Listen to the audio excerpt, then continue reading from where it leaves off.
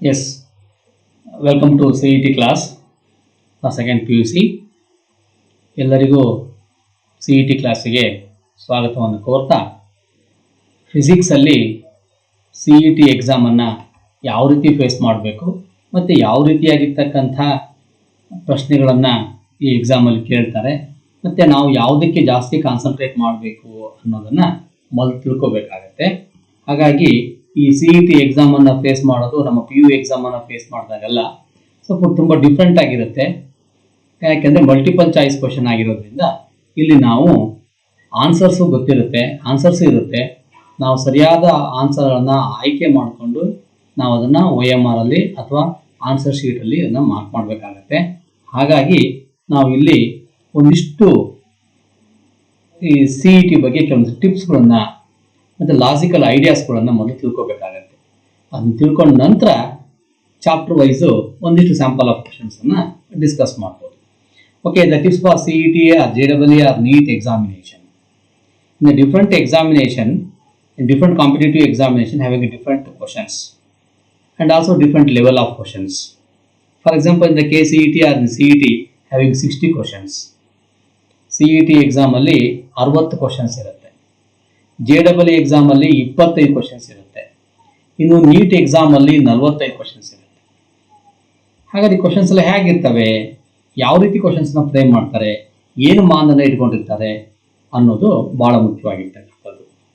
ಈ ಏನು ಎಕ್ಸಾಮ್ಗಳಲ್ಲಿ ಇರ್ತಕ್ಕಂಥ ಕ್ವಶನ್ಸಲ್ಲಿ 85% ಏನಾಗಿರುತ್ತೆ ಅಂದರೆ ಪ್ರಾಬ್ಲಮೆಟಿಕ್ ಮೋಡಲ್ ಇರುತ್ತೆ. ಅಂದರೆ ಫಿಸಿಕ್ಸಲ್ಲಿ ನಾರ್ಮಲ್ ಆಗಿ 85% ಪ್ರಾಬ್ಲಮ್ಸನ್ನು ಕೇಳ್ತಾರೆ. ಇನ್ನು 15% ಕಾನ್ಸೆಪ್ಟ್ ಮೋಡಲ್ ಇರುತ್ತೆ. ಅಂದರೆ ಪ್ರಾಪರ್ಟೀಸು, ಅಪ್ಲಿಕೇಶನ್ಸು, ಡೆಫಿನೇಷನ್ಸು ಈ ಥರವಾಗಿರ್ತಕ್ಕಂಥ ಪ್ರಶ್ನೆಗಳನ್ನು 15% ಕೇಳ್ತಾರೆ. ಇಲ್ಲಿ ನಮಗೆ ಬಹಳ ಮುಖ್ಯವಾಗಿರ್ತಕ್ಕಂಥದ್ದು ಇದರಲ್ಲಿ ಏನಾಗುತ್ತೆ, ಕಾನ್ಸೆಪ್ಟ್ ಬೇಸಲ್ಲಿ ಏನಾಗುತ್ತೆ ಅಂತಂದರೆ ಆನ್ಸರ್ ಗೊತ್ತಿದ್ರೆ ಮಾರ್ಕ್ ಮಾಡಿಬಿಡ್ತೀವಿ. For example just like a biology, answer ಗೊತ್ತಿಲ್ಲ ಅಂದರೆ move on to next question, ಮುಂದಿನ ಕ್ವಶನ್ಗೆ ಹೋಗ್ಬಿಡ್ತೀವಿ. ಆದರೆ ಇಲ್ಲಿ ಹಾಗಲ್ಲ, ಯಾವುದರಲ್ಲಿ ಈ ಪ್ರಾಬ್ಲಮ್ಸಲ್ಲಿ ಹಾಗಲ್ಲ. ಇಲ್ಲಿ ಏನು ಮಾಡ್ತೀವಿ ಅಂತಂದರೆ take trial and errors.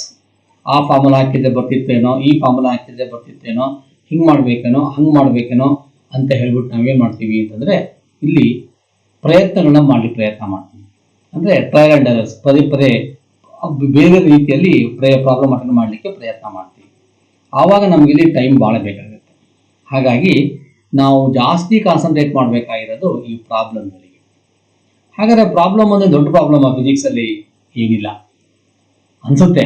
ಫಿಸಿಕ್ಸಲ್ಲಿ problem ದೊಡ್ಡ ಪ್ರಾಬ್ಲಮ್ಮು ಅಂತ, ಆದರೆ ಆ ಥರದ್ದೇನು ಕಷ್ಟದಿರಲ್ಲ. ನಾವು ಅವುಗಳ ಪಾತನ್ನು, ಅವುಗಳ ದಾರಿಗಳನ್ನು ಅಥವಾ ಪ್ರಾಬ್ಲಮ್ಸ್ ಹೇಗಿರುತ್ತೆ ಅನ್ನೋದನ್ನು ಮೊದಲು ತಿಳ್ಕೊಬೇಕಾಗತ್ತೆ. ಇದಕ್ಕೆ ಈ ಪ್ರಾಬ್ಲಮ್ಸಲ್ಲಿ ಫಿಸಿಕ್ಸಲ್ಲಿ ಸಾಮಾನ್ಯವಾಗಿ 5 ಲೆವೆಲ್ ಆಫ್ ಪ್ರಾಬ್ಲಮ್ಸ್ ಇರುತ್ತೆ, 5 ಲೆವೆಲ್ಸ್ ಆಫ್ ಪ್ರಾಬ್ಲಮ್ಸ್ ಬರುತ್ತೆ. L1 means direct substitution problems. ಅಂದರೆ ಈ ಪ್ರಾಬ್ಲಮ್ಮು ಬಹಳ ಈಸಿ ಇರುತ್ತೆ. ಅಂದರೆ ಈ ಪ್ರಾಬ್ಲಮನ್ನು ಏನು ಮಾಡ್ತಾನೆ ಅವನು ಅಂತಂದರೆ ಎಲ್ಲ ವ್ಯಾಲ್ಯೂಸನ್ನು ಕೊಟ್ಟಿರ್ತಾನೆ, ಅದಕ್ಕೆ ಸಂಬಂಧಪಟ್ಟಿರ್ತಕ್ಕಂಥ ಚಾಪ್ಟ್ರಿಂದ ನಾವು ಆ ಫಾರ್ಮುಲಾನ ಕ್ಲಿಕ್ ಮಾಡಿಬಿಟ್ಟು ಅದು ಸಬ್ಸ್ಟಿಟ್ಯೂಟ್ ಮಾಡಿ ಲೆಕ್ಕ ಮಾಡ್ತಕ್ಕಂಥದ್ದು.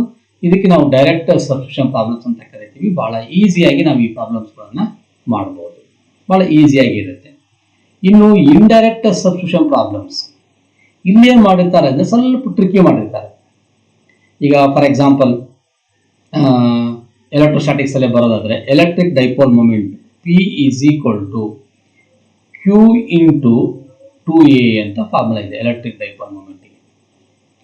ಈ ಇಂಡೈರೆಕ್ಟ್ ಪ್ರಾಬ್ಲಮ್ಸ್ ಅಲ್ಲಿ ಏನು ಮಾಡ್ತಾರೆ ಅಂತಂದರೆ ನಿಮಗೆ ಆ್ಯಕ್ಚುಲಿ ಚಾರ್ಜ್ ಬೇಕಾಗಿರುತ್ತೆ, ಅವನು ಚಾರ್ಜನ್ನು ಕೊಡಲ್ಲ, ಡೈಪೋಲ್ ಮೊಮೆಂಟನ್ನು ಕೊಟ್ಟಿರ್ತಾನೆ ಮತ್ತು 2A ಡಿಸ್ಟೆನ್ಸನ್ನು ಕೊಟ್ಟಿರ್ತಾನೆ.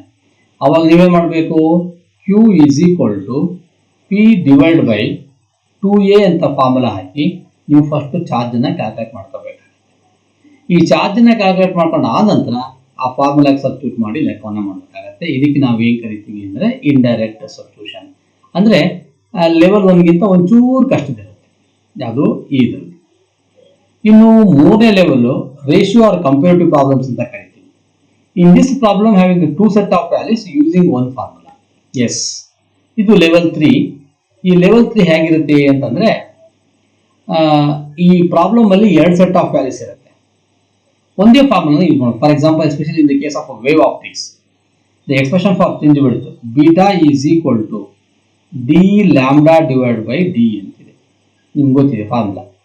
Beta is equal to d lambda divide by d ಅಂತಿರುತ್ತೆ. ಆ ಪ್ರಾಬ್ಲಮ್ ಅಲ್ಲಿ ಏನ್ ಮಾಡ್ತಾನೆ ಅವನು ಅಂತಂದ್ರೆ, ಫಸ್ಟ್ ಏನ್ ಮಾಡ್ತಾನೆ, ಡಿ ಕೊಟ್ಟಿರ್ತಾನೆ, ಲ್ಯಾಂಬ್ಡಾ ಕೊಟ್ಟಿರ್ತಾನೆ, ಸ್ಮಾಲ್ ಡಿ ಕೊಟ್ಟಿರ್ತಾನೆ, ಬೀಟಾಗೆ ಅಕಟ್ ಮಾಡಬೇಕು. ಕರೆಕ್ಟ್. ನೆಕ್ಸ್ಟ್ ಏನ್ ಮಾಡ್ತಾನೆ, ಈ ಡಿಸ್ಟೆನ್ಸ್ ಸ್ಲಿಟೆಡ್ ಸ್ಕ್ರೀನ್ ಅನ್ನ ಜಾಸ್ತಿ ಮಾಡ್ತಾನೆ, ಡಬಲ್ ಅಂತ ಹೇಳ್ತಾನೆ, ಅಥವಾ ಇಟ್ ಇನ್ಕ್ರೀಸಸ್ ಟು 0.5 ಮೀಟರ್ ಅಂತ ಹೇಳ್ತಾನೆ, ಅಥವಾ ಇಟ್ ರೆಡ್ಯೂಸಸ್ ಟು 0.25 ಮೀಟರ್ ಅಂತ ಹೇಳ್ತಾನೆ. ಅವಾಗ ಏನಾಗುತ್ತೆ, ಡಿಸ್ಟೆನ್ಸ್ ಚೇಂಜ್ ಆಯಿತು. ಅಕಸ್ಮಾತ್ ವೇವ್ ಲೆಂತ್ ಅನ್ನ 2 ವೇವ್ ಲೆಂತ್ ಕೊಡ್ತಾನೆ, ಒಂದು ವೇವ್ ಲೆಂತ್ ಅಲ್ಲಿ ಹಿಂಗ್ ಬರುತ್ತೆ, ಇನ್ನೊಂದು ವೇವ್ ಲೆಂತ್ ಅಲ್ಲಿ ಏನಾಗುತ್ತೆ ಅಂತ 2 ವೇವ್ ಲೆಂತ್ ಕೊಡ್ತಾನೆ. ಅಥವಾ ಡಿ ಚೇಂಜ್ ಮಾಡ್ತಾನೆ. ಅವಾಗ ಏನಾಯ್ತು, ಒಂದೇ ಪ್ರಾಬ್ಲಮ್ ಅಲ್ಲಿ 2 ಸೆಟ್ ಆಫ್ ವ್ಯಾಲ್ಯೂಸ್ ಬಂದ್ಬಿಡುತ್ತೆ. ಆದ್ರೆ ನಾವಾಗ ಏನ್ ಮಾಡ್ಬೇಕು, ಅವಾಗ ಇದೇ ಒಂದೇ ಫಾರ್ಮುಲಾನ ಫಸ್ಟ್ ಕೊಟ್ಟಿರ್ತಕ್ಕಂಥ ವ್ಯಾಲ್ಯೂಸ್ ಎಲ್ಲ ಸೇರಿಸ್ಬಿಟ್ಟು ಇಕ್ವೇಶನ್ ನಂಬರ್ 1 ಅಂತ ಬರ್ಕೋಬೇಕು. Equation number 1. Next values change ಮಾಡ್ತಾನಲ್ಲ ಅವನು, ಅದಕ್ಕೆ ಏನ್ ಮಾಡ್ಬೇಕು, ಇಕ್ವೇಶನ್ ನಂಬರ್ 2 ಅಂತ ಬರ್ಕೋಬೇಕು. ಅಂದ್ರೆ ಸೇಮ್ ಫಾರ್ಮುಲಾ 2 ಸಲ ಬರ್ಕೋಬೇಕು. ಬರ್ಕೊಂಡು ಏನ್ ಮಾಡ್ಬೇಕು, ಡಿವೈಡ್ ಇಕ್ವೇಶನ್ 1/2. ಅವಾಗ ಇವೆರಡನ್ನು ಏನ್ ಮಾಡಬೇಕು, ಡಿವೈಡ್ ಮಾಡಬೇಕು, ಅಥವಾ ರೇಷಿಯೋ ತಗೋಬೇಕು.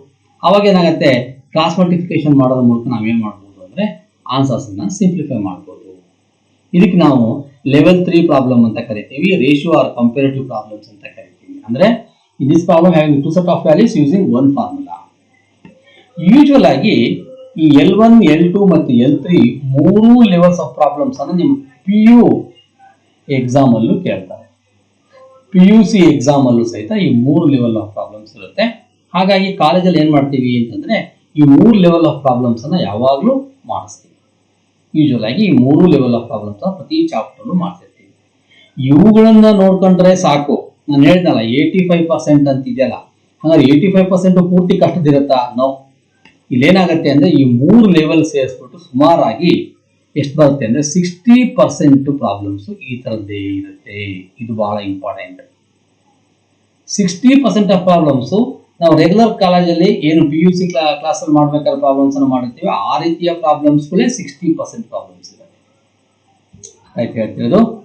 ಇನ್ನು ಕಾಂಪಿಟೇಟಿವ್ ಎಕ್ಸಾಮ್ ಅಲ್ಲಿ ಮತ್ತೆ ನ್ಯಾಚುರಲ್ ಆಗಿ ನಾವು ಅದನ್ನ ನಿಮ್ಮನ್ನ ಹೊರಗೆ ಹಚ್ಚಲೇಬೇಕಲ್ವಾ, ನಿಮ್ಮ ಸ್ಕಿಲ್ ಟೆಸ್ಟ್ ಮಾಡಲೇಬೇಕಲ್ವಾ.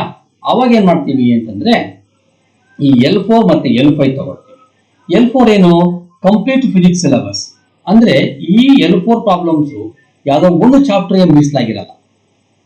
ಫಸ್ಟ್ ಇಯರ್ದು, ಸೆಕೆಂಡ್ ಇಯರ್ದು ಎಲ್ಲ ಸೇರಿಸಿ ಎಲ್ಲವನ್ನು ಇಡೀ ಸಿಲೆಬಸ್ ಅನ್ನ ಜ್ಞಾಪಕ ಇಟ್ಕೊಂಡು ಬೇರೆ ಬೇರೆ ಚಾಪ್ಟರ್ ಫಾರ್ಮುಲಾಸ್ ಅನ್ನ ಯೂಸ್ ಮಾಡಿ ಈ ಪ್ರಾಬ್ಲಮ್ಸ್ ಅನ್ನ ಸಾಲ್ವ್ ಮಾಡಬೇಕಾಗತ್ತೆ. ಯಾವ್ದನ್ನ, L4 ಅಂದ್ರೆ you know the complete syllabus, complete physics, both first PUC and second PUC.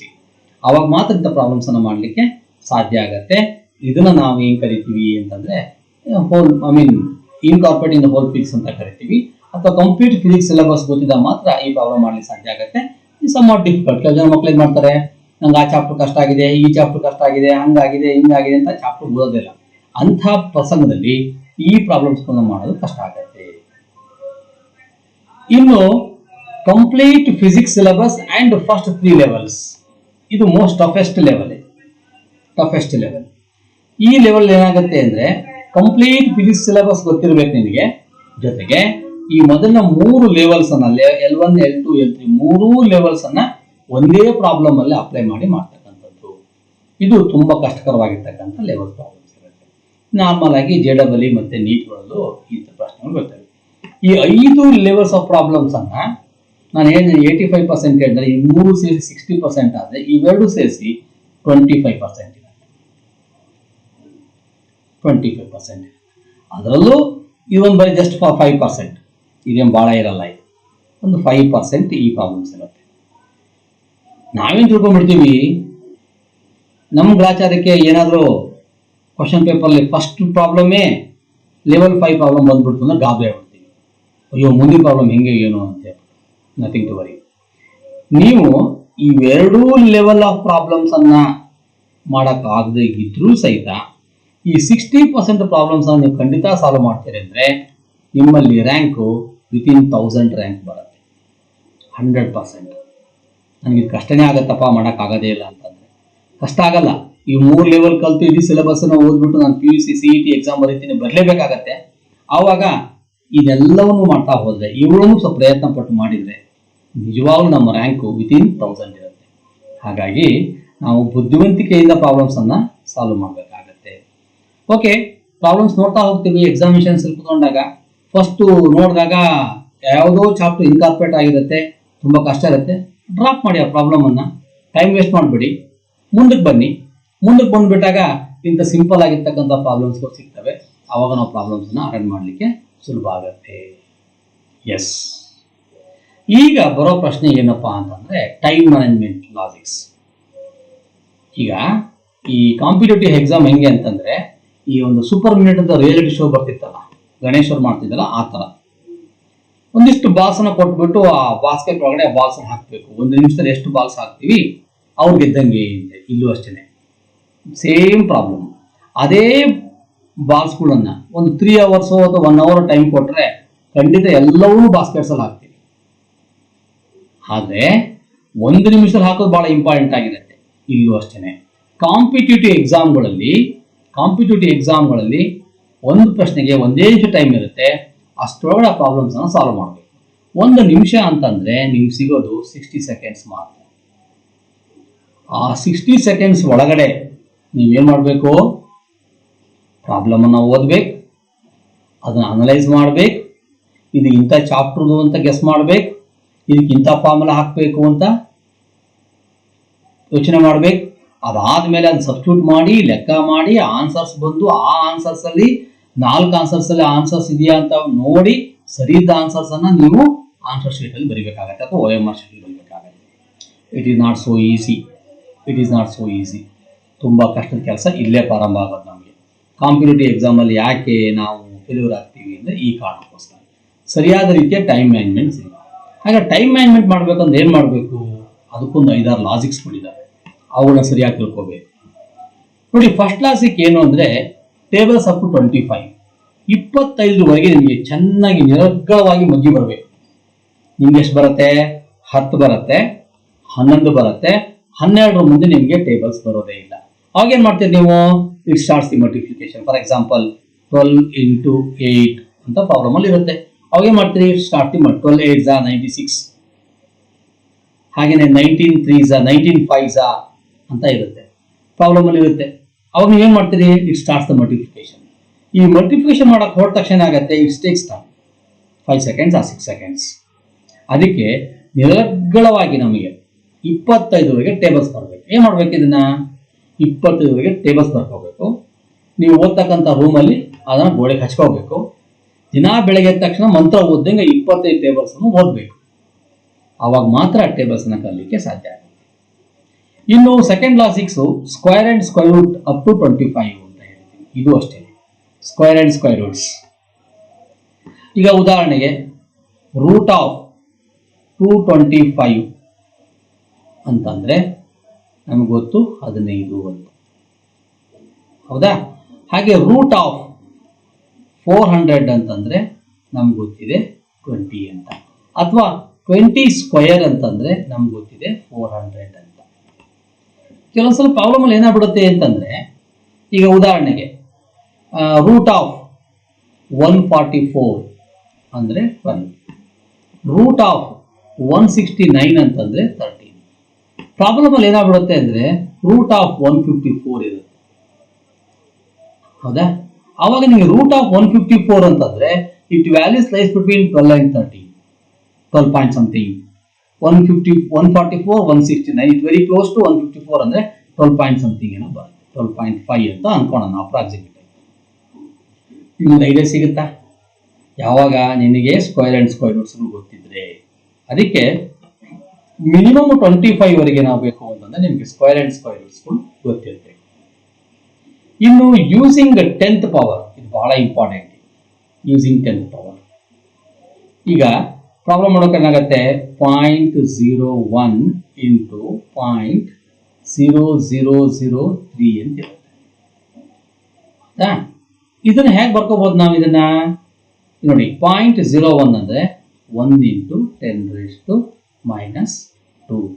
into 3 into 10⁻⁻⁴ ಅಂತ ಬರ್ಕೊಂಡ್ರೆ ಅವಾಗ ಏನಾಯ್ತು ನಮಗೆ 3 ಇಂಟು 10⁻⁻⁶ ಇಲ್ಲಿ 10th ಪವರ್ನ ಯೂಸ್ ಮಾಡಿ. ಇದಕ್ಕೊಂದು ಲಾಜಿಕ್ಸ್ ಇದೆ. ಏನು ಲಾಜಿಕ್ಸು? ಈ ಡೆಸಿಮಲ್ ಪಾಯಿಂಟ್ ನಂತರ ಎಷ್ಟು ಝೀರೋ ಬರುತ್ತೆ ಝೀರೋನ ಕೌಂಟ್ ಮಾಡಬೇಕು. ಕೌಂಟ್ ಮಾಡಿ ಒಂದು ನಂಬರ್ನ ಜಾಸ್ತಿ ಮಾಡಬೇಕು, ಅಂದರೆ ಆ್ಯಡ್ ಮಾಡಬೇಕು. ಉದಾಹರಣೆಗೆ ಇಲ್ಲಿ 1 0 ಇದೆ 10⁻⁻² ಅಂತ ಬರುತ್ತೆ. ಇಲ್ಲಿ 3 0 ಇದೆ 10⁻⁻⁴ ಅಂತ ಬರೀಬೇಕು. ಹೀಗೆ ಲಾಜಿಕ್ಸ್ಗಳನ್ನ ಕಲಿಬೇಕಾಗತ್ತೆ. ಇದು ನೆಗೆಟಿವ್ ಪವರ್ಸ್ ಆದ್ರೆ. ಇನ್ನು ಪಾಸಿಟಿವ್ ಪವರ್ಸ್ ಆದರೆ ಫಾರ್ ಎಕ್ಸಾಂಪಲ್ 1000 ಇದೆ, ಇದೆಂತ ಬರಿಬೋದು 1 ಇಂಟು 10⁻³ ಅಂತ ಬರೀಬೋದು. ಆಯ್ತಾ? ಇನ್ನು 1 2 0 0 0 0 0 0 ಅಂತ ಇದೆ ಅಂತ ಅನ್ಕೊಳ್ಳೋಣ. ಅವಾಗ 1 2 3 4 5 6 7 ಅಂದರೆ 2 ಇಂಟು 10⁻⁻⁷ ಪ್ಲಸ್ ಅಂದರೆ ಈ ಪಾಸಿಟಿವ್ ಪವರ್ಸ್ನಾಗ ಏನು ಮಾಡಬೇಕು? Count the number of zeros after non zero right the same number. ಇದು 3 0 ಇದೆಯಾ, ಇಲ್ಲಿ 3 ಬರೀಬೇಕು. ಇಲ್ಲಿ 7 0 ಇದೆಯಾ, 7 ಬರೀಬೇಕು. ಯಾವಾಗ? ನಾನ್ ಝೀರೋ ನಂತರ. ಹೀಗೆ ಫ್ರೀಕ್ವೆಂಟ್ ಆಗಿ ನೀವು ಏನು ಮಾಡಬೇಕು ಅಂದರೆ ಈ 10th ಪವರ್ನ ಯೂಸ್ ಮಾಡೋದನ್ನ ಕಲಿಬೇಕು. ಇದು ಥರ್ಡ್ ಒನ್ 10th ಪವರ್. ಇನ್ನು ಟ್ರಿಗ್ನೋಮೆಟ್ರಿಕ್ ವ್ಯಾಲ್ಯೂಸ್.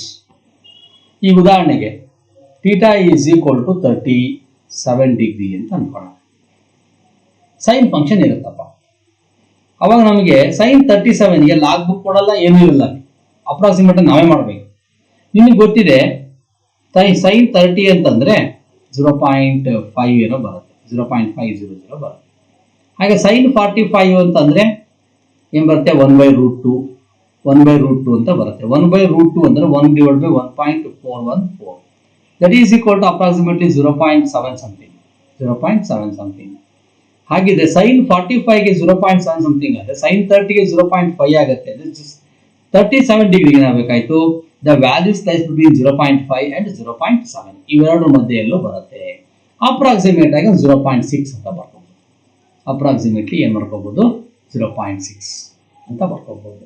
ಹೀಗೆ ನಾವು ಟ್ರಿಗ್ನೋಮೆಟ್ರಿಕ್ಸ್ ಅನ್ನ 0, 30, 45, 60, 90 ಸೈನು, ಕಾಸು, ಟ್ಯಾನ್ ಇವುಗಳನ್ನ ಮೂರದ್ದನ್ನು ವ್ಯಾಲ್ಯೂಸ್ ಕಲ್ತ್ಕೋಬೇಕು. ಕರೆಕ್ಟಾಗಿ ಆಂಗಲ್ಸ್ ವ್ಯಾಲ್ಯೂ ಕಲಿಬೇಕು. ಈಗ ಸೈನ್ 60 0.8660, ಸೈನ್ 90 1 ಹೀಗೆ ವ್ಯಾಲ್ಯೂಸ್ ಕಲ್ತ್ರೆ ಈ ಇಂಟರ್ಮೀಡಿಯೇಟ್ ಸ್ಟೇಟ್ ಅಲ್ಲಿ ಬರ್ತಕ್ಕಂಥ ಆಂಗಲ್ಸ್ಗಳಿಗೆ ನಾವು ಈಸಿಯಾಗಿ ಏನು ಮಾಡ್ತೀವಿ? ಅಪ್ರಾಕ್ಸಿಮೇಟ್ ಆಗಿ ವ್ಯಾಲ್ಯೂಸ್ ಅನ್ನ ಬರ್ಕೊಳ್ಳಿಕ್ಕೆ ಸಾಧ್ಯ ಆಗುತ್ತೆ. ಎಸ್, ಎಲ್ಲದಕ್ಕಿಂತ ಇಂಪಾರ್ಟೆಂಟು ಅಂದರೆ ಲಾಜಿಕ್ 5. ಇದಕ್ಕೆ ನಾವು ಅಪ್ರಾಕ್ಸಿಮೇಷನ್ ಮೆಥಡ್ ಅಂತ ಕರೀತೀವಿ. ಏನು? ಈಗ ಉದಾಹರಣೆಗೆ ಕೊಲಂಬ್ಸ್ ಇನ್ವರ್ಸ್ ಕೊಯಲನ್ನು ತಗೊಳ್ಳೋಣ. F is equal to 9 into 10⁻⁹ into 2 into 10⁻⁻6 into 0.3 into 10⁻⁻6 divide by R square ಅಂತಂದರೆ 0.2 ಹೋಲ್ ಸ್ಕ್ವೇರ್ ಅಂತ ಇದೆ ಅಂತ ಅನ್ಕೊಳ್ಳೋಣ. ಈಗ ಇದನ್ನು ಅಪ್ರಾಕ್ಸಿಮೇಟ್ ಆಗಿ ಮಾಡಬೇಕು. ಅವಾಗ ಏನು ಮಾಡ್ಬೇಕು? ನೀವು ಎಲ್ಲನೂ ಮಕ್ಕಳು just have taken numerical values 9 2 3 2 ನೋಡಿ. ಇಲ್ಲಿ 2 ಸ್ಕ್ವೇರ್ ಮಾಡಿಷ್ಟು ಬರುತ್ತೆ ನಮಗೆ? 4 ಬರುತ್ತೆ. ಕರೆಕ್ಟಾ? 0.04 ಬರುತ್ತೆ. ಇರಲಿ 4 ಅಂತ ಅನ್ಕೊಳ್ಳಿ. ಇಲ್ಲಿ 9, ಇಲ್ಲಿ 2, ಇಲ್ಲಿ 3, ಇಲ್ಲಿ 2 ಇದೆ, ಇಲ್ಲಿ ಕೆಳಗಡೆ 4 ಇದೆ ಅಂದರೆ ಡಿವೈಡ್ ಮಾಡಿ ಎಷ್ಟು ಬರುತ್ತೆ ನಮಗೆ? 2 1s, ಹೌದಾ? ಇಲ್ಲಿ ಡಿವೈಡ್ ಮಾಡಿದಾಗ ನಮಗೆ ಮತ್ತೆ ಬರುತ್ತೆ 2ನೇ ಬರುತ್ತೆ. ಈ 2ನ 2 1s 2 9s ಮಾಡಿದ್ರೆ 4.5 ಬರುತ್ತೆ. 4.5 ಇಂಟು 3 45 3s ಅಂತಂದ್ರೆ ಟೇಬಲ್ಸ್ ಗೊತ್ತಿದ್ರೆ ಓಕೆ, ಗೊತ್ತಿಲ್ಲ ಅಂದ್ರೆ ಇದನ್ನ 50 ಅಂತ ಅನ್ಕೊಳ್ಳಿ. 53 150 ಆಗುತ್ತೆ. ಅದು 5 ಕಳ್ಬಿಟ್ರೆ ಆಗುತ್ತೆ 45 ಅಂತಂದ್ರೆ 135 ಆಗುತ್ತೆ. ಅಂದ್ರೆ the answer must be start from 1. ನೀವು ಹೆಂಗಾರ ಮಾಡೋ ಲೆಕ್ಕ ಇದನ್ನ, ಅದು 135 ಆಗಿರ್ಬೋದು, ಅಥವಾ 0.135 ಆಗಿರ್ಬೋದು, ಅಥವಾ 13.5 ಆಗಿರ್ಬೋದು, ಅಥವಾ 1.35 ಆಗಿರ್ಬೋದು. ಹೀಗೆ ಯಾವುದೇ ಆನ್ಸರ್ ಬಂದರೂ ಇಟ್ ಸ್ಟಾರ್ಟ್ ಫ್ರಮ್ 1. ಇದಕ್ಕೆ ಅಪ್ರಾಕ್ಸಿಮೇಷನ್ ಮೆಥಡ್ ಅಂತ ಕರಿತೀವಿ. ಏನೇ ಮಾಡಿದ್ರು ಆನ್ಸರ್ 1 ಸ್ಟಾರ್ಟ್ ಆಗಿರುತ್ತೆ. ಅಲ್ಲಿ ಈ 15 ಇದೆಯಲ್ಲ ಲಾಜಿಕ್ಸ್ ಅನ್ನ ಸಡನ್ ಆಗಿ ಇಂಪ್ಲಿಮೆಂಟ್ ಮಾಡಬೇಕು. ಒಂದು ಎಕ್ಸಾಂಪಲ್ ಬೇಕಾದ್ರೆ ನೋಡೋಣ, ನಾವು ತೋರಿಸ್ತೀನಿ ನಿಮಗೆ ಕೆಳಗಡೆ ಯಾವುದೋ ಲೆಕ್ಕದಲ್ಲಿ ನೋಡೋಣ, ಒಂದು ಎಕ್ಸಾಂಪಲ್ ನೋಡೋಣ ಯಾವುದಾದ್ರು ಪ್ರಾಬ್ಲಮ್ಸ್ ಇದೆಯಾ ಅಂತ. ನೋಡಿ ಇಲ್ಲಿ 15.6, 15.6, 11.5, 15.6 ಮೂರು ಇದಾವೆ ಇಲ್ಲಿ. ಇದು ಬೇಡ, ಇನ್ನೂ ಒಂದು ಲೆಕ್ಕ ನೋಡೋಣ.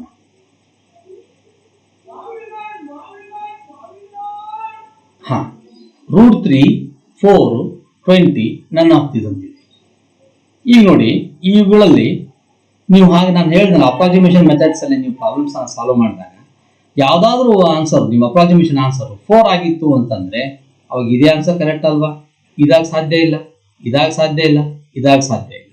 ಅಂದ್ರೆ ಅಪ್ರಾಕ್ಸಿಮೇಷನ್ ಮೆಥಡ್ಸ್ ಅಲ್ಲಿ ನಾವು ಏನ್ ಮಾಡ್ಬೋದು ಅಂತಂದ್ರೆ, ಆ 4 ಆನ್ಸರ್ಸ್ ಬೇರೆ ಬೇರೆ ಆಗಿತ್ತು ಅಂತಂದ್ರೆ, 4 ಆನ್ಸರ್ಸ್ ಬೇರೆ ಬೇರೆ ಆಗಿತ್ತು ಅಂದ್ರೆ ಸುಲಭವಾಗಿ ನಾವೇನ್ ಮಾಡ್ಬೋದು ಅಂತಂದ್ರೆ ಆನ್ಸರ್ಸ್ ನ ಗೆಸ್ ಮಾಡ್ಬೋದು.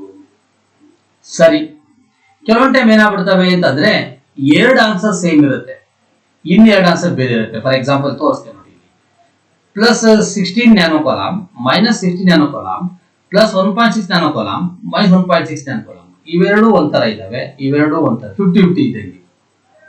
ಹೌದಾ? ಇವಾಗ ಏನ್ ಮಾಡ್ಬೇಕಾಗತ್ತೆ, ನಾವು ಇಲ್ಲಿ ಬಂದಿರ್ತಕ್ಕಂಥ ಆನ್ಸರ್ಸ್ ಅಲ್ಲಿ 2 ಸೇಮ್ ಆನ್ಸರ್ಸ್ ಇರುತ್ತೆ, ಇನ್ನೆರಡು ಬೇರೆ ಬೇರೆ ಆಗಿರುತ್ತೆ. ಅವಾಗ ಹಿಂಗೆ ಒಂದೇ ಸಲಕ್ಕೆ 4 ಆನ್ಸರ್ ಬೇರೆ ಬೇರೆ ಇತ್ತಪ್ಪ ಅಂದ್ರೆ ಅದಕ್ಕೆ ನಾವು ಸ್ಟೆಪ್ 1 ಮೆಥಡ್ ಅಂತ ಕರಿತೀವಿ, S1 ಅಂತ. ಅದು ಸುಲಭ ಸಿಕ್ಬಿಡುತ್ತೆ.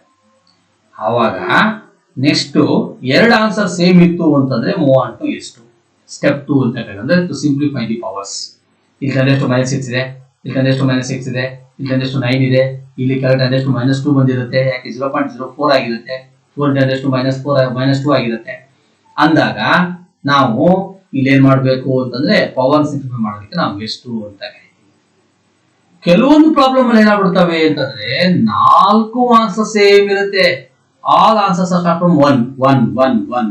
ಆವಾಗ ನೀವೇನು ಮಾಡಕ್ಕಾಗಲ್ಲ, ಪ್ರಾಬ್ಲಮ್ ಅನ್ನು ಪೂರ್ತಿ ಸಾಲ್ವ್ ಮಾಡ್ಬೇಕಾಗತ್ತೆ. ಅದಕ್ಕೆ ಸ್ಟೆಪ್ 3 ಅಂತ ಕರಿತೀವಿ.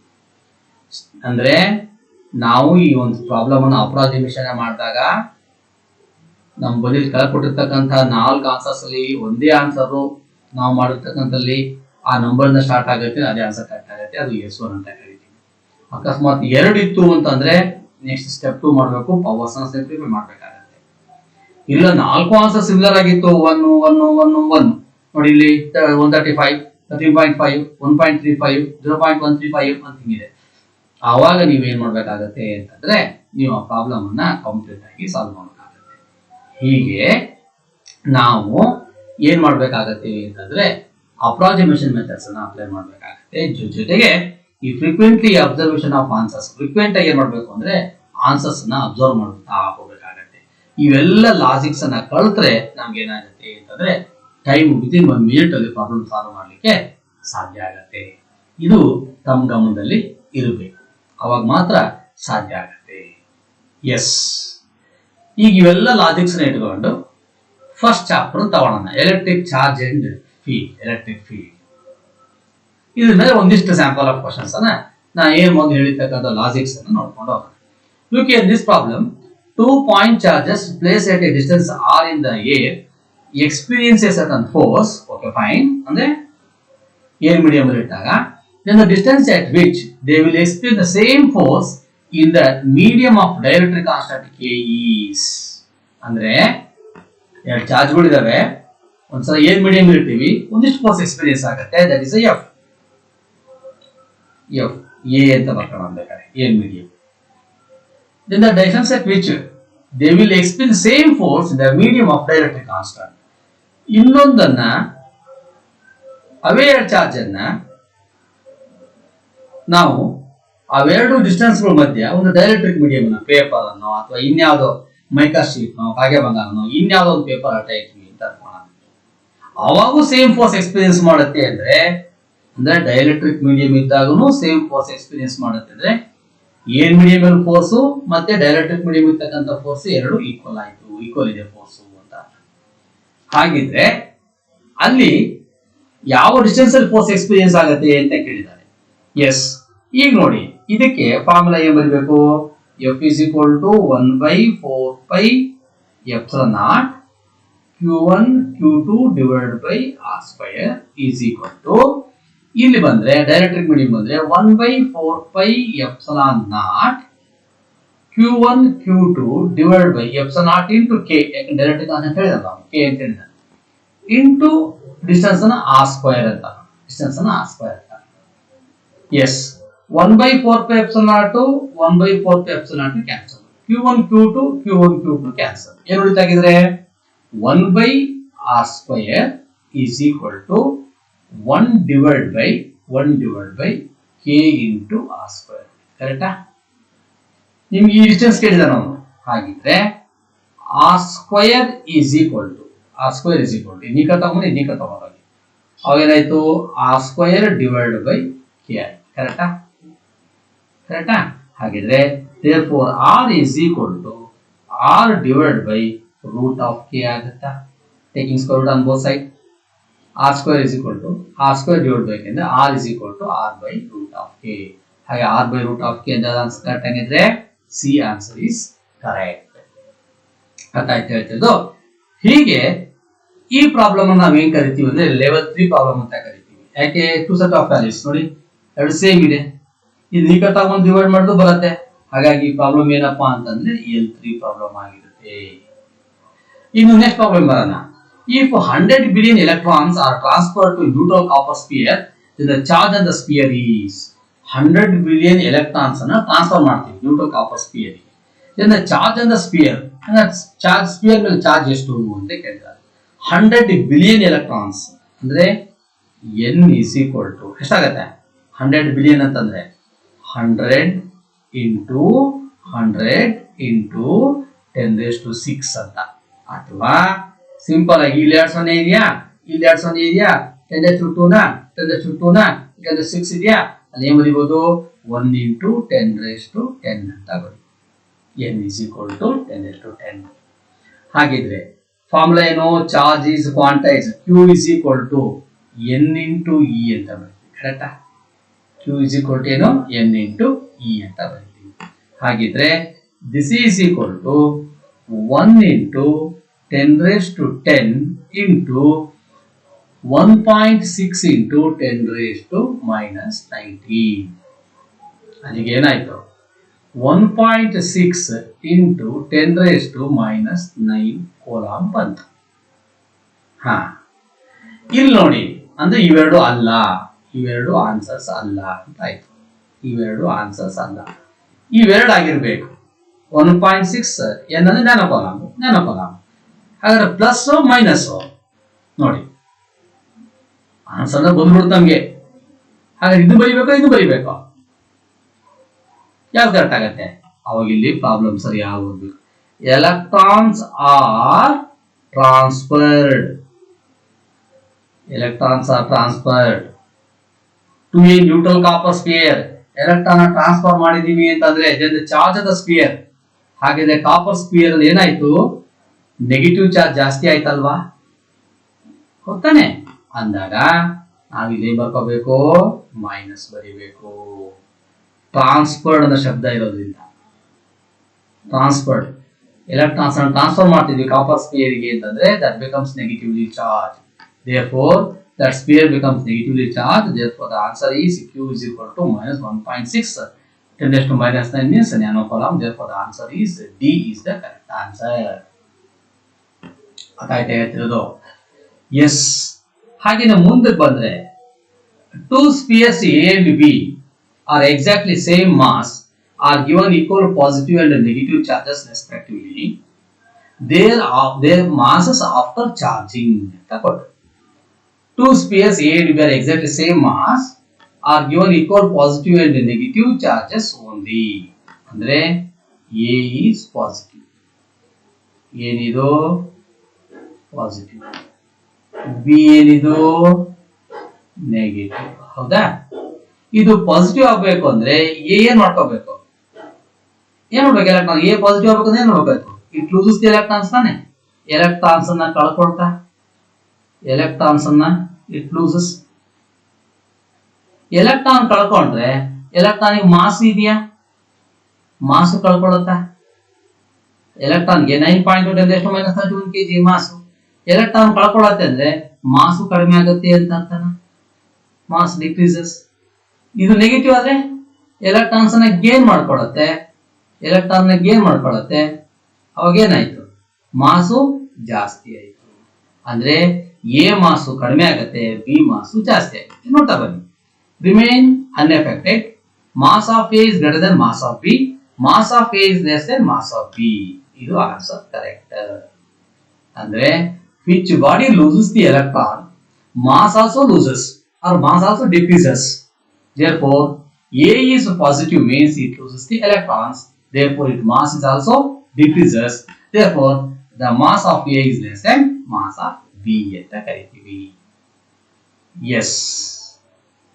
A surface encloses an electric dipole. The electric flux through the surface is a surface enclosed by electric dipole. Gaussian surface. ಹೌದಾ? ನಿಮ್ಗೆ ಗೊತ್ತಿದೆ ಎಲೆಕ್ಟ್ರಿಕ್ ಡೈಪೋಲ್ ಅಲ್ಲಿ ಒಂದು ಮೈನಸ್ ಕ್ಯೂ ಇರುತ್ತೆ, ಇನ್ನೊಂದು ಪ್ಲಸ್ ಕ್ಯೂ ಇರುತ್ತೆ. ಇಲ್ಲಿ ಈ close surface Gaussian surface. Surface enclose electric dipole, the electric flux through the surface is. Positive charge ಆದ್ರೆ ಎಲೆಕ್ಟ್ರಿಕ್ ಫ್ಲಕ್ಸ್ ಏನಾಗುತ್ತೆ, ಔಟ್ವರ್ಡ್ ಆಗಿರುತ್ತೆ. ನೆಗೆಟಿವ್ ಅದೇನಾಗುತ್ತೆ, ಇನ್ವರ್ಡ್ ಆಗಿರುತ್ತೆ. ಇಲ್ಲಿ ಮ್ಯಾಗ್ನಿಟ್ಯೂಡ್ ಆಫ್ ಚಾರ್ಜಸ್ ಏನಾಗಿದೆ, ಸೇಮ್ ತಾನೆ. ಇವೆರಡರ ಮ್ಯಾಗ್ನಿಟ್ಯೂಡ್ ಏನಾಗಿರುತ್ತೆ, ಸೇಮ್ ಆಗುತ್ತೆ. ಅಂದ್ರೆ ಎಷ್ಟು ಎಲೆಕ್ಟ್ರಿಕ್ ಫ್ಲಕ್ಸ್ ಹೊರಗಡೆ ಹೋಗುತ್ತೋ ಅಷ್ಟೇ ಎಲೆಕ್ಟ್ರಿಕ್ ಫ್ಲಕ್ಸ್ ಒಳಗಡೆ ಬರ್ತಾ ಇದೆ ಅಂತಂದ್ರೆ ಅವಾಗ ನೆಟ್ ಫ್ಲಕ್ಸ್ ಇಸ್ ಝೀರೋ. ನೆನಪಿರ್ಲಿ. ಅರ್ಥ ಆಯ್ತಾಯ್ತು. Surface enclosed by electric dipole, electric flux through the surface is zero. ಹಾಗೇನೆ ಇನ್ನೊಂದು ಬರುತ್ತೆ ಕ್ವಶನ್ ಕೆಪಾಸಿಟರ್ ಅಲ್ಲಿ, ನೆಕ್ಸ್ಟ್ ಚಾಪ್ಟರ್ ಅಲ್ಲಿ ಕೆಪಾಸಿಟರ್ಸ್ ಇರುತ್ತೆ. ಇದು ಪಾಸಿಟಿವ್, ಇದು negative. The surface enclose by capacitor enclose ಮಾಡಿದೀವಪ್ಪ. ಈಗೇನಾಗಿರುತ್ತೆ, ಇದು ಪಾಸಿಟಿವ್ ಪ್ಲೇಟ್, ಇದು ನೆಗೆಟಿವ್ ಪ್ಲೇಟ್. ಪಾಸಿಟಿವ್ ಪ್ಲೇಟ್ ಅಂದ್ರೆ ಎಲೆಕ್ಟ್ರಿಕ್ ಫ್ಲಕ್ಸ್ ಏನಾಗಿರುತ್ತೆ, ಔಟ್ವರ್ಡ್. ಅಷ್ಟೇ ಚಾರ್ಜ್ ಇಲ್ಲಿರುತ್ತೆ, ಇದು ಇನ್ವರ್ಡ್. ಅಲ್ಲಿ ಏನಾಯ್ತು, ಔಟ್ವರ್ಡ್ ಎಷ್ಟಿದೆಯೋ ಇನ್ವರ್ಡ್ ಅಷ್ಟಿದೆ ಅಂದ್ರೆ ನೆಟ್ ಫ್ಲಕ್ಸ್ ಈಸ್ ಝೀರೋ. ಎರಡಕ್ಕೂ ಸೇಮ್ ಕಾನ್ಸೆಪ್ಟ್. ಇದು ಎಲೆಕ್ಟ್ರಿಕ್ ಡೈಪೋಲ್ ಅಂತ ಕರಿತೀವಿ, ಆ ಚಾಪ್ಟರ್ ಹೋದ್ರೆ ಕೆಪಾಸಿಟರ್ ಅಂತ ಕರಿತೀವಿ. ಓಕೆನಾ? Next, 3 charges of each plus 1 microcoulomb are placed at the corners of an equilateral triangle. If the force between any 2 charges be F, then the net force on the charge is. ಇದು first PUC concept. ಅರ್ಥ ಆಯ್ತು ಹೇಳ್ತಿರೋದು. First PUC ಪಾಠ ಮಾಡಿದೀವಿ. First PUC concept ಇಟ್ಕೋಬೇಕು. ಆದ್ರೆ second PUC ಕೇಳಿದ್ದಾರೆ, ಅಂದ್ರೆ ಇದು L4 ಪ್ರಾಬ್ಲಮ್. ಈಗ ಈಕ್ವಿಲಾಟರಲ್ ಟ್ರಯಾಂಗಲ್ ಇದೆ. ಕರೆಕ್ಟಾ? ಈಗ ಇಲ್ಲೊಂದು ಚಾರ್ಜ್ ಇದೆ +1c, ಇಲ್ಲೊಂದು +1c. ಇದು ಎಲೆಕ್ಟ್ರಿಕ್ ಫೋರ್ಸ್ ಏನು ಹೋಗುತ್ತೆ, ಹೀಗೆ ಹೋಗುತ್ತೆ. ಇದು F1. ಇದು ಎಲೆಕ್ಟ್ರಿಕ್ ಫೋರ್ಸ್ ಹೆಂಗ್ ಹೋಗುತ್ತೆ, ಹಿಂಗ್ ಹೋಗುತ್ತೆ. ಇದು F2. ಇದು ಈಕ್ವಿಲಾಟರಲ್ ಟ್ರಯಾಂಗಲ್ ಆದ್ರೆ ಇದು 60 ಡಿಗ್ರಿ ತಾನೆ. ಇದು ಅವಾಗ ಇದೇನಾಗುತ್ತೆ, 60 ಡಿಗ್ರಿ ತಾನೆ. ಹೌದಾ? ಇಲ್ಲಿ ಇದು +1, ಇದು +1 ಆಗಿರೋದ್ರಿಂದ ಏನಾಗುತ್ತೆ, F1 is equal to F2 ಆಗಿರುತ್ತೆ. Theta is equal to 60 degree ಆಗಿದೆ. ಫಸ್ಟ್ PUC ನೋಡಿದ್ರಿ, R is equal to root of P square plus Q square plus 2PQ cos theta. Result of 2 vectors ಅಂತ ನೆನಪಿದೆಯಲ್ಲ, ಇಲ್ಲಿ ಹಾಗೆ ಬನ್ನಿ. F is equal to root of F1 square plus F2 square plus 2F1 F2 into cos theta. ಹಾಗಿದ್ರೆ F1 square is equal to F1 square. ಆಯ್ತಾ? ಇದನ್ನ F dash ಅಂತ ಕರೆದ್ರೆ ಸುಲಭ. F1 is equal to F2 is equal to F ಅಂತ ಬರ್ಕೊಂಡ. ಅವಾಗ ಎರಡು equal ತಾನೆ. ಇದು root of F square plus F square plus 2F into F into cos 60 means 1/2. 2 cancel each other. ಅವಾಗ ಏನಾಯ್ತು, root of F square plus F square plus F square that is equal to √3 into F ಆಗುತ್ತೆ. ಅಂದ್ರೆ this is the answer. ಇದನ್ನ first PUC ಅಲ್ಲಿ ನಾನು result of 2 vectors ಪಾಠ ಮಾಡಬೇಕಾದ್ರೆ different cases, θ is equal to 0, θ is equal to 180 degree, θ is equal to 90 degree, θ theta is equal to 60 degree then P is equal to Q theta is equal to 100 degree ಅಂತ ಹೇಳಿ ಎಲ್ಲ values ನ ಬರ್ಸಿದ್ದೀನಿ. ಅಂದ್ರೆ ಇದು L4 problem. ಅಂದ್ರೆ ನಿಮ್ಗೆ first PUC vectors ಗೊತ್ತಿರಬೇಕು, second PUC electrostatics ಗೊತ್ತಿರಬೇಕು, ಆವಾಗ ಈ ಪ್ರಾಬ್ಲಮ್ ಅನ್ನ ಸಾಲ್ವ್ ಮಾಡಲಿಕ್ಕಾಗತ್ತೆ. ಎಸ್.